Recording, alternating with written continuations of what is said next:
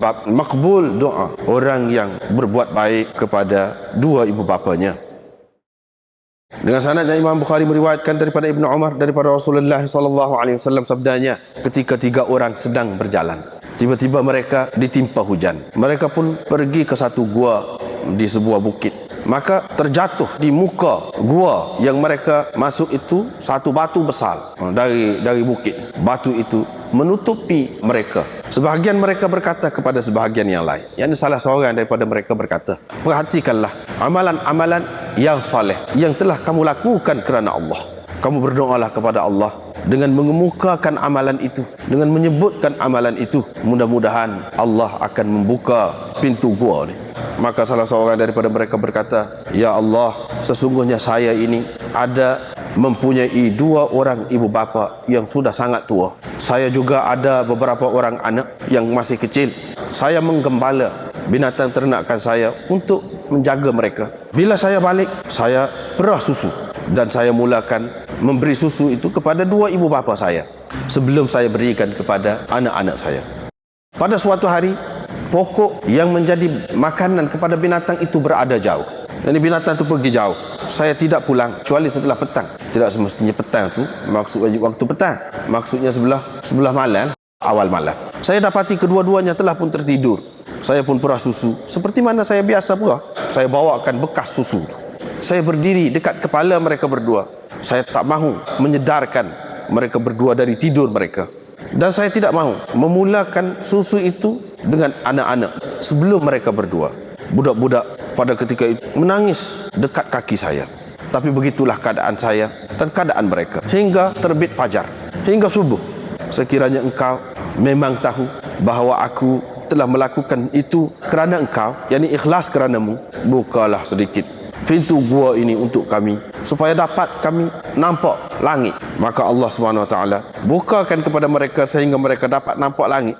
Yang kedua pula berkata, ya Allah, jika memang engkau mengetahui bahawa aku mempunyai sepupu perempuan yang aku cintai, seperti mana seorang lelaki paling cinta kepada seorang perempuan, pernah saya minta dirinya untuk diserahkan kepada saya. Dia enggan, sehinggalah saya bawakan kepadanya 100 dinar. Setelah saya mengusahakan sekian lama, saya mengumpulkan 100 dinar itu. Saya pun bertemu dia dengan 100 dinar itu. Ringkas ceritanya, bila saya duduk di antara dua kakinya, dia pun berkata, wahai hamba Allah, takutlah engkau kepada Allah. Jangan engkau buka kunci. Saya pun bangkit meninggalkannya. Ya Allah, kalau engkau memang tahu aku telah lakukan itu tidak kerana lain melainkan kerana-Mu jua, maka bukalah pintu gua itu kepada kami. Maka Allah SWT buka untuk mereka sedikit. Yang ketiga itu berkata, ya Allah, saya pernah mengupah seorang pekerja dengan perjanjian akan memberikan satu farq padi. Satu farq itu iaitu muat 16 kati padi. Dengan perjanjian akan bagi upah 16 kati padi. Itu mana satu farq. Bila dia menyelesaikan kerjanya, dia berkata, berikanlah kepadaku hakku. Saya pun kemukakan kepadanya, hulurkan kepadanya haknya. Dia membiarkan dan tidak menyukainya, macam tak maulah dan tidak suka. Dia pergi, tinggal pergi begitu. Saya terus menanamnya sehingga saya dapat kumpulkan daripada hasilnya itu lembu dengan penggembalanya. Boleh beli hamba lah buat jaga lembu. Bukan saya kau lembu, banyaklah lembu. Tiba-tiba dia pun mari dekat aku. Lamalah sebab dia kata, takutlah kepada Allah, jangan engkau menzalimi aku, berilah kepadaku hak. Saya pun kata, pergilah kepada lembu itu dengan penggembala dia itu sekali. Dia kata, takutlah kepada Allah, jangan engkau perli aku. Saya pun kata, saya tidak perli engkau, pergilah kepada lembu tadi dan penggembalanya. Maka orang itu pun ambil dan pergilah dia. Sekiranya engkau memang tahu bahawa aku lakukan itu tidak kerana lain melainkan kerana-Mu jua, maka bukalah hak baki lagi ni. Hak masih tertutup lagi ni, bukalah. Maka Allah SWT pun membuka pintu gua itu sehingga mereka dapat keluar.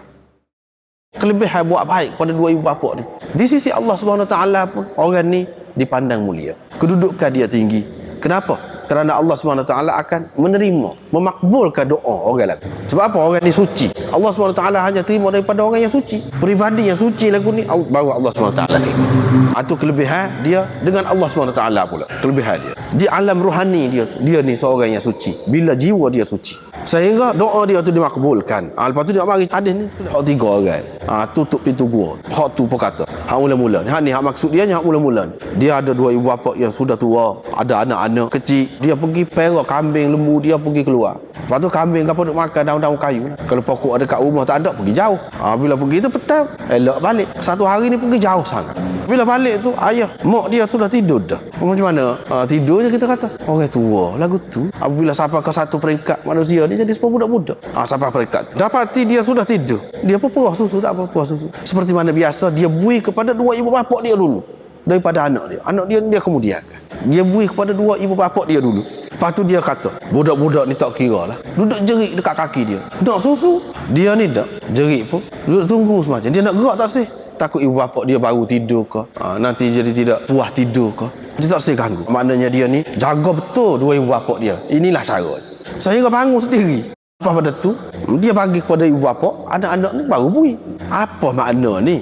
Bolehkah kita utamakan hak dia tidur, dia tidak lapar dah kita kata bui ke hak ni lah dulu? Apa dia tidak utamakan anak-anak dia ni? Jadi jawapan ulama ni ada yang mengatakan ini cerita orang zaman dulu, bukan syariat ni. Dalam syariat mereka boleh jadi baik utamakan 2 ibu bapa, hak tu lebih baik lah. Dalam keadaan lagu saat ni pun tak apa juga, tidak salah juga. Kalau salah tentu Allah SWT tak bagi keistimewaan kepada dia. Itu satu. Yang kedua, boleh jadi juga anak-anak ni sudah minum dah, makan dah hak lain, mak dia bui dah. Cuma bila susu ni dia orang zaman dulu dia makan bukan ada banyak. Susu ni istimewa lah. Bila puas susu tu nak budak-budak dia bukan kira walaupun dia sudah kenyang dah, jerit semacam nak, tapi dia tak sebui sebab hak ni dia nak bui kepada 2 ibu bapa dia. Bukan maknanya anak dia tu sampai kelaparan, sampai pengsan. Tidak, sudah bui dah, makan dah hak lain, cuma susu tidak bagi. Kalau tak makan pun, tak minum susu pun tak apa. Tapi kalau dia bagi susu ni, nak purah pula tu tak ada dah lah. Susu ni dia tidak ada semua susu. Sekali purah, lepas tu kepeh, nak boleh ada esok pula. Sebab itu dia tunggu juga. Boleh jadi belaka tu. Boleh jadi belaka. Dia kata, kalau engkau memang tahu aku buat begitu, tidak kerana lain, melainkan kerana mu semata-mata. Mana sebab Tuhan nak lagu tu buat baik pada 2 ibu bapa ni, lagu tu kerana mu semata-mata. Kalaulah betul ikhlas aku tu, ikhlas sungguh, maka bukalah sedikit, kurang-kurangnya boleh tengok langit ni gelap, kita nampak ke satu, maka tu bukalah sikit. Hadis ini juga menunjukkan kita boleh bertawassul. Ini orang panggil tawassul bil a'malis salihah, tawassul dengan amalan salih. Ini tawassul ni tak ada khilaf, semua ulama kata boleh. Yang ni kita dalam keadaan terdesak, kita macam ungkit lah, macam sebut kalau kita buat ni Tuhan saja yang tahu, orang lain tak tahu. Kita buat ikhlas, kita minta tolong lah dengan berkat, dengan kelebihan amalan, keistimewaan amalan yang ikhlas yang kita buat tu, kita minta tolong biar Allah SWT tolong kita. Tak apa lagu tu. Ini tawassul dengan amal soleh kita, hak kita buat sendiri, benda-benda molek ada dalam hadis. Tak apa hak tu. Hak tawassul, hak taklif tu hak lagu lain. Hadis ini menunjukkan tawassul dengan amalan soleh. Hak ni tak ada khilaf, semua kata boleh. Lepas tu seorang lagi cerita, dia kenal sangat kepada sepupu dia. Lagu mana? Kalau seorang tu cinta sangat, paling cinta kepada seorang perempuan, lagu mana? Keadaan. Lagu itulah saya, keadaan. Tiba-tiba saya minta dia tak bersih. Lepas tu klik 100 dinar bui kepada dia, dia bersedia. Maka ketika dekat-dekat dah, hampir-hampir berlaku perzinaan, tiba-tiba perempuan tu kata, takutlah kepada Allah, jangan engkau pecahkan, maknanya darah, ataupun kita kata jangan engkau buka kunci, jangan. Dia pun terus bangun, ingat ke Tuhan, terus bangun. Padahal tak ada, kalau dia nak buat boleh, tak ada satu. Dia bangun, dia terus tinggal. Dia kata, kalau engkau memang tahu bahawa aku buat tu tidak kerana lain, kerana ingat kepadamu, kerana mu, aku tahu kamu tak suka perbuatan macam semata-mata kerana tu, maka bukalah. Tuhan pun buka, buka sikit lagi. Jadi setengah-setengah ulama mengatakan kan hak nombor 2 ni paling berat kepada setengah-setengah orang, kepada setengah-setengah orang. Cuba kita tengok kes hak 2 lagi tu tidak seberat hak ni kepada seorang lelaki. Kepada seorang lelaki hak ni paling berat, makam yang paling sulit hak ni, dan paling berat. Syahwat, kemaluan inilah yang paling menguasai manusia dari sekian banyak keinginan yang lain. Keinginan nak kaya, nak sahur, banyak keinginan manusia ni. tapi keinginan nafsu paling kuat sekali dalam diri manusia. Dia kata, sesiapa yang meninggalkan zina, ini kelebihan orang yang mengelak diri daripada zina. Sesiapa yang meninggalkan zina kerana dia takut kepada Allah semata-mata, sedangkan dia mampu, muda, sehat, tak ada apa satu, tidak ada halangan untuk dia melakukan, dia boleh buat kalau dia nak buat. Sebab-sebab pun cukup, sebab-sebab cukup. Nak kata dia ni mati pucuk apa tidak. Terutama pada ketika betul-betul keinginan itu timbul. Kalau dia boleh tahan juga seperti yang berlaku kepada orang ni, bermakna orang ni tersenarai, masuk dalam senarai siddiqin. Sayyidina Abu Bakar tu siddiq. Siddiq ni tinggi. Lepas pada Nabi kat siddiqin, baru syuhada, baru salihin. Siddiqin tu nombor 2, maqam nombor 2. Maqam siddiqiyah orang panggil. Maqam nubuwah, maqam siddiqiyah, maqam syahadah. Dia ni nombor 2. Mana? Betul-betul dia ni takut pada Allah. Betul-betul dia ni membuktikan iman dia tu sebenar. Sebab ini di sini tercabar. Ya, seorang lagi kata, dia buat kebajikan juga, kebaikan juga. Dia upah orang buat kerja. Lepas tu dengan perjanjian upahnya iaitu satu farq padi. Satu farq itu iaitu 16 kaki padi. Bila selesai saat ni, dia pun nak bui tu. Orang tu pun buat tak cara pergi gitu. Setelah lama baru mari dianya tanam pula padi tu.